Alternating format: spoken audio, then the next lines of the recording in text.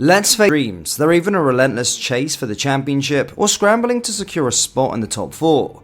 This pattern has defined their journey over the past 6 years, and this season is no exception. Thanks to the stumbles of teams like Arsenal and Manchester City, Klopp's squad impressively sit top of the Premier League with 45 points after their dominating 4-2 win over Newcastle. Credit is due across the board from Klopp, who astutely addressed last year's pitfalls, to standout players like Salah, Alexander-Arnold and Szoboszlai, who have made significant impacts on the pitch. But there's one player who has unexpectedly become a linchpin for the Anfield supporters. Initially signed as a backup, this player has emerged as a key figure in Liverpool's recent success. Meet Waturu Endo, the Japanese midfielder who's been turning heads and deserves far more acclaim than he's been receiving. He's been so good, Liverpool fans are now crying on social media because he's joining his national team. Curious to know why? Smash that like button, subscribe and ring the notification bell. Let's dive into the reasons why Endo is Liverpool's unsung hero. Last season it was pretty obvious where Liverpool faltered, wasn't it? The midfield seemed lost no matter which combination Klopp opted for. Still, despite the midfield deficiencies,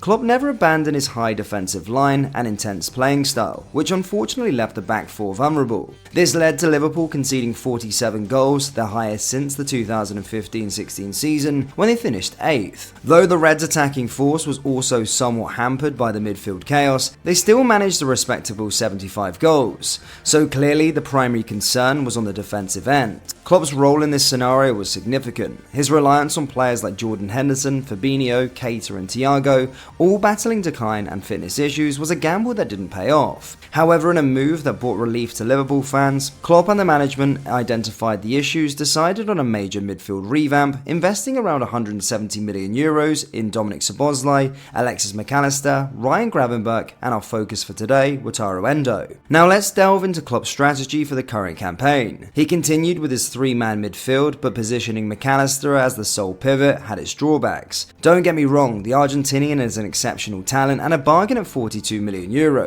but McAllister is more suited to the double pivot role. He's not the typical lone defensive midfielder. His playstyle leans towards breaking lines rather than controlling the game's tempo. Plus, his capability in consistently defending transitions isn't quite aligned with Klopp's aggressive front foot football. Enter Waturu Endo, the game changer for Liverpool. Initially, Endo's role was limited, starting in only 2 of the first 14 league matches. However, an unexpected twist occurred when McAllister suffered a knee injury against Sheffield United. This incident propelled Endo into the spotlight, leading to him starting in 8 consecutive matches across all competitions, and calling him a crucial player for Liverpool would be putting it mildly. If you think that's an overstatement, just wait until we dive into the details. Endo playing as a lone defensive midfielder is like a safety net for the team. When Liverpool aggressively pushes forward, Endo's sharp game reading skill and ability to predict the opposition's movement becomes invaluable. He's always strategically positioned, covering for his teammates and eager to intercept or recover loose balls, effectively dwarfing potential counterattacks. And the proof is in the pudding, or rather in the stats. When Endo is in the starting lineup, Liverpool's goals conceded per game record drops from 1.08 to 0.43. This stark contrast highlights just how pivotal Endo has become in bolstering Liverpool's defensive resilience. The impact of Waturu Endo on Liverpool's defence is nothing short of transformative, with him starting the Reds only concede an average of 2.7 shots on target per 90 minutes, compared to a higher 4.2 shots without him. Still not convinced of his impact? Let's delve deeper. Endo's defensive prowess is not just a talking point within the league. He ranks in the 89th percentile for defensive actions, an impressive feat considering his relatively recent promotion to a regular starter. His average of 1.15 tackles per 90 minutes in the midfield is a testament to his omnipresence on the pitch. But Endo's talents aren't limited to ground play. Despite standing at a modest 1.78 meters, his aerial capabilities defy expectations, winning 53.6% of aerial duels and averaging 2.15 per game. He's in the 90th percentile in his category among players in the men's Big 5 leagues, Champions League and Europa League. This level of performance is undeniably remarkable. Look at Liverpool's match against Arsenal for further proof. Endo effectively neutralised Arsenal's midfielder Odegaard, facilitating Liverpool's ability to counter-press with intensity and accuracy. His positioning ensured that even when Liverpool players pushed up, leaving space behind, Endo was there to cover. In the recent games against Newcastle, Endo's importance was on full display. His proactive style and intelligent positioning allowed Liverpool to intensely pressure Newcastle, resulting in an extraordinary expected goals tally of over 7, a rare achievement for any team. Endo engaged in 10 ground duels and impressively completed 61 out of 67 attempted passes. His performances is a clear demonstration of why he is invaluable to Liverpool. Endo's influence in that game went beyond defensive prowess. He was instrumental in winning Liverpool's first penalty by executing a perfectly timed tackle to regain possession high up the pitch. Now, we talked about how the Japanese is there to protect his teammates if they make mistakes, but what is more impressive is his commitment in minimizing his own errors. In his 21 appearances this season across all competitions, Endo made only one error leading to an opponent's shot, and that was in the match against Burnley. This level of discipline is rare and invaluable.